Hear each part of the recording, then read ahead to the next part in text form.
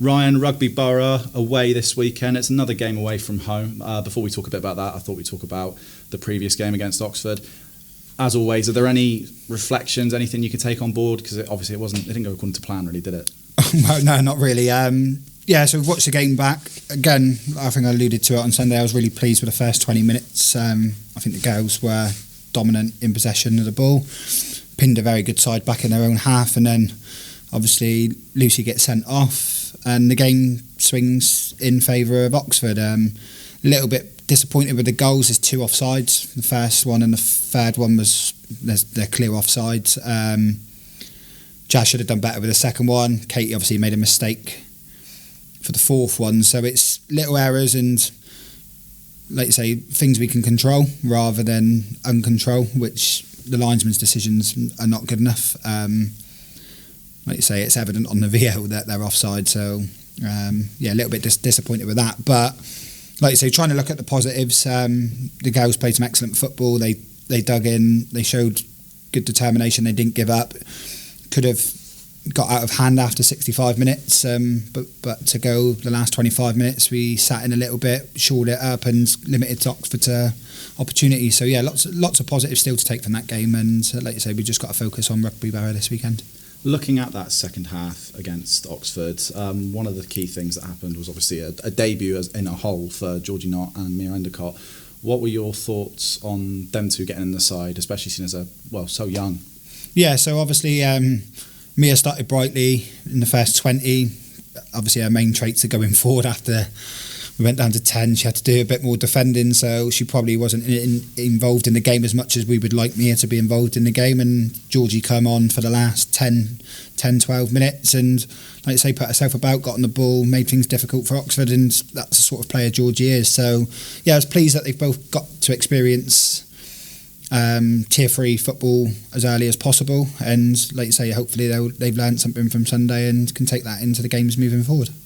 As a manager, it must always be tough going a player down.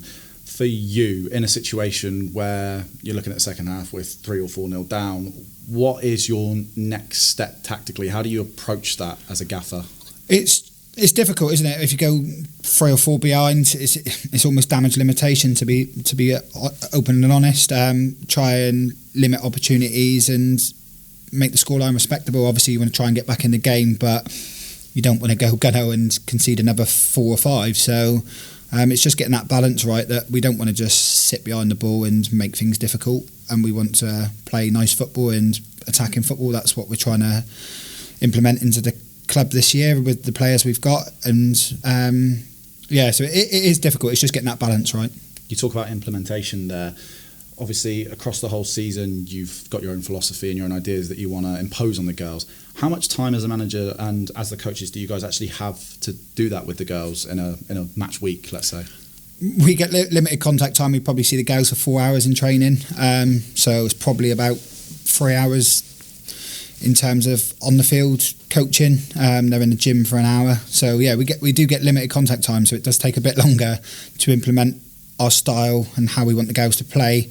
The good thing for us is we've got players who've come through the system and through the pathway who understand the way we want to play, because like you say, 16s play exactly the same way as the first team. We try and implement that from a younger age, so it's not a big jump when they come into the first team environment. So it is a little bit difficult, but we can't moan about it. That's what it is, and we get on with it as much as we can. So I think the girls understanding, like you say, we send resources out so they get an idea, and we hopefully if they don't understand what we're asking them to do or understand systems and shapes, then they're open and honest and come and speak to us, because otherwise we can't help them. So it is difficult, but like you say, we try and utilise the time we've got effectively to get the points across quickly. Talking about utilising your time, because you don't have as much time with them on the pitch, off the pitch must be quite crucial for you. How much time do you get to sort of sit down, speak to your coaching staff, look at the tactical side of things and see what you can do each weekend? Again, it's difficult. Yes, we do coach the women's team, but we're not full-time with the women's team. So John's got another job, Matt's got another job, I've got another job with the trust as well. So it is difficult. Like you say, I think John's wife and my wife probably get fed up of us being on the phone at 11 o'clock at night, discussing tactics and what we're going to do for the weekend. And like you said, we have got a group chat, so we do put ideas and that way. But obviously, face to face is quite limited. Like you say, before training, we'll get together probably 45 minutes to an hour before training to sit down, go through ideas and suggestions for the weekend. And John does a lot away from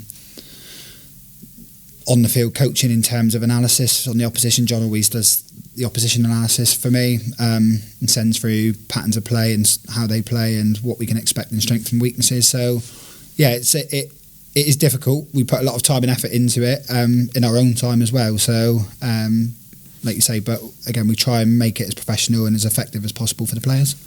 Talking about being effective, Rugby Borough this weekend. We're in a stage where obviously we want to try and bounce back. How are we going to achieve that this weekend? And what are your thoughts going into that match?